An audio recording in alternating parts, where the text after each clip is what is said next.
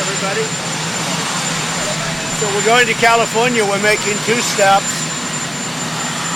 We're going to the 2 areas that you know very well, and it's a shame. It seems that many more people are missing than anyone thought even possible.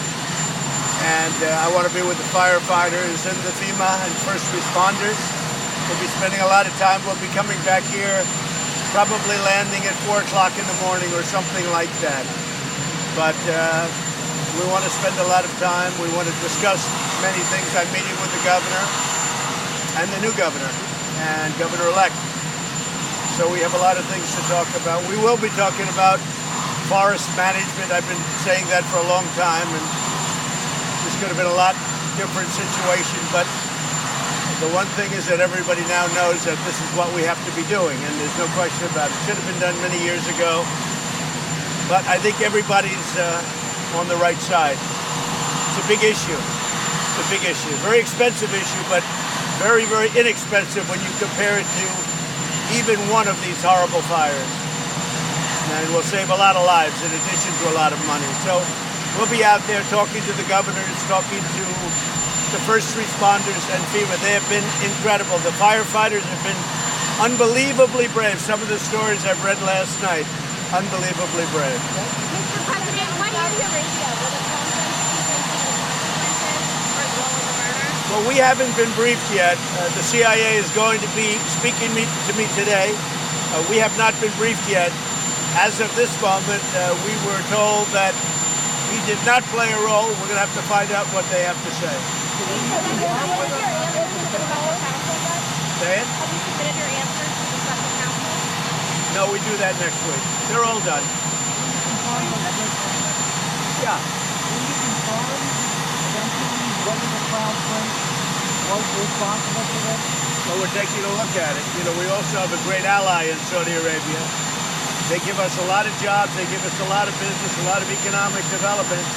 They have been a truly spectacular ally in terms of jobs and economic development. And I also take that, you know, I'm president. I have to take a lot of things into consideration. So we will be talking with the CIA later and lots of others. I'll be doing that while I'm on the plane. I'll be speaking also with Secretary of State Mike Pompeo. We have not been talking about it. We have not been talking about it. We'll see.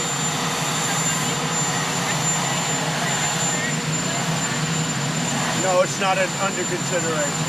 We are looking, always looking, and whatever we can do for Turkey, and frankly, countries that we get along with very well, we're having a very good moment with Turkey. As you know, he gave Pastor Brunson back last week, and we appreciate that. We are doing very well with Turkey. I get along very, very well with the president. He's a friend of mine. He's a strong man, he's a tough man, and he's a smart man, but he's a friend of mine, and whatever we can do, we'll do, but that is something that we're always looking at.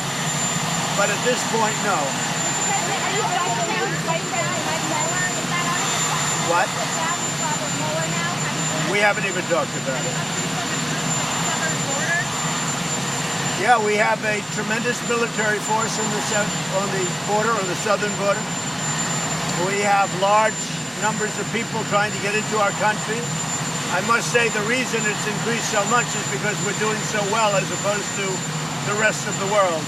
And if you look at south of our border, it's not doing so well. But regardless, we have millions of people online to get into our country legally, and those people have preference. They have to have preference. They've been waiting for a long time. They've done it legally. So we have a lot of things happening, but we have a great military force on the southern border. We're not letting people into our country illegally, and we're not doing a release. We'll do a catch, but we're not doing releases. So if they think they're going to be released into our country like in the old days, like for years and years, they catch and release. We're not releasing. They don't get released. What? As long as necessary. They built great fencing. They built a very powerful fence, a different kind of a fence, but very powerful. The fence is fully manned. Nobody gets through. And When they're caught, they're not released. And it's very interesting. I said it this morning. They come up and they're talking about all their great fear, all their problems with their country, but they're all waving their country's flag. What is that all about? If they have such fear and such problems and they hate their country, why do we see all the flags being waved? For Guatemala, for Honduras, for El Salvador, we're seeing flags all over the place. Why are they waving flags? This has nothing to do with asylum. This has to do with getting into our country illegally. And we have to know who wants to come into our country. Okay?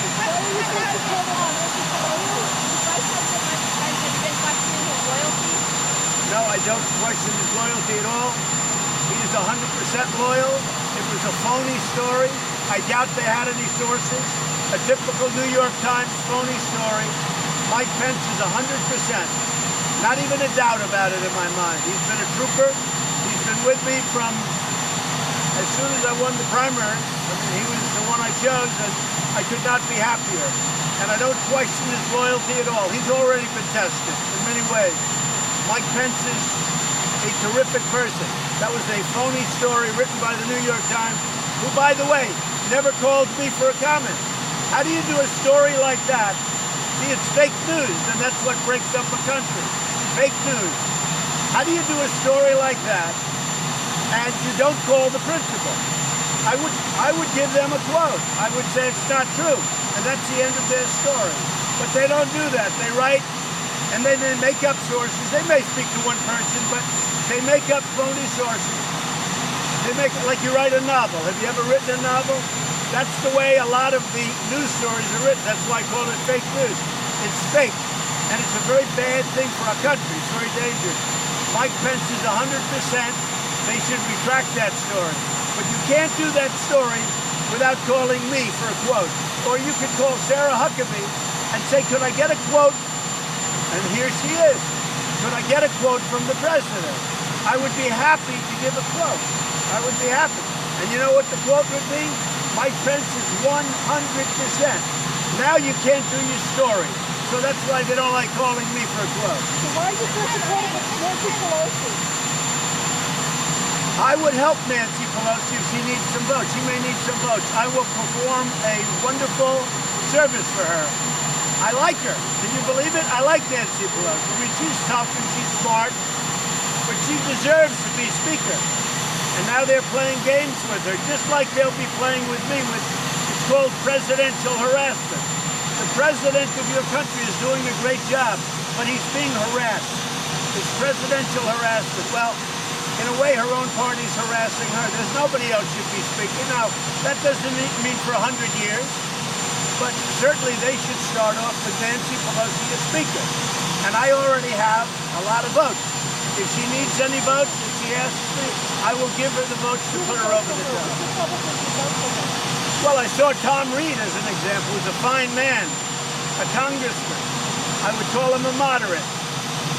I'm not saying I get him from the super conservative side, but maybe I even get him from there. But I don't imagine she'd need too many. But whatever number of votes she needs, if it's 50 or 10 or 2 or 1, she's got them from me, automatic. So tell her opposition, they're wasting their time. Are you okay with the shutdown if you don't get funding for your border wall or something? We're talking about the border wall. We're talking about quite a big sum of money, about $5 billion. And I think probably if I was ever going to do a shutdown over border security, when you look at the caravans, when you look at the mess, when you look at the people coming in, this would be a very good time to do a shutdown. I don't think it's going to be necessary because I think the Democrats will come to their senses. And if they don't come to their senses, we will continue to win elections. You know, we won the Senate. You do recognize, right? That means all the judges that I'm getting approved will now be easier because we actually picked up, which is historic, we picked up 2 seats in the Senate. We went from 51-49 to 53-47. That's a tremendous difference. And these are senators I really like. That's also a difference. Thank you all very much. Thank you. What? I have very close to made a decision on UN ambassador, on attorney general. No, we haven't. But I will tell you, until that decision is made, we have a great gentleman in Matt Whitaker. And everybody tells me he's doing a fantastic job. Are you considering Pam Bondi for any administration? I'd consider Pam Bondi for anything, but right now I know her very well. In the meantime, she's got a very good job, and she's doing a very good job. She's always done a very good job. But in some form, I'd love to have her in the administration. But we have great people. You know, we have tremendous people. Our cabinet, I'm very happy. Now, will I make adjustment? Yes. But we have a great cabinet. You take a look at what we're doing with the military. Very happy with Secretary of Defense, by the way. Jim Mattis is doing a great job. Mike Pompeo is doing a great job. We have a truly great cabinet. I could go through every one of them. But then you might be able to figure out the one or two that I'm a little bit less happy with. That wouldn't be good. Okay, thank you. I'll see you in California. Thank you. We're going to be looking at everything. Thank you.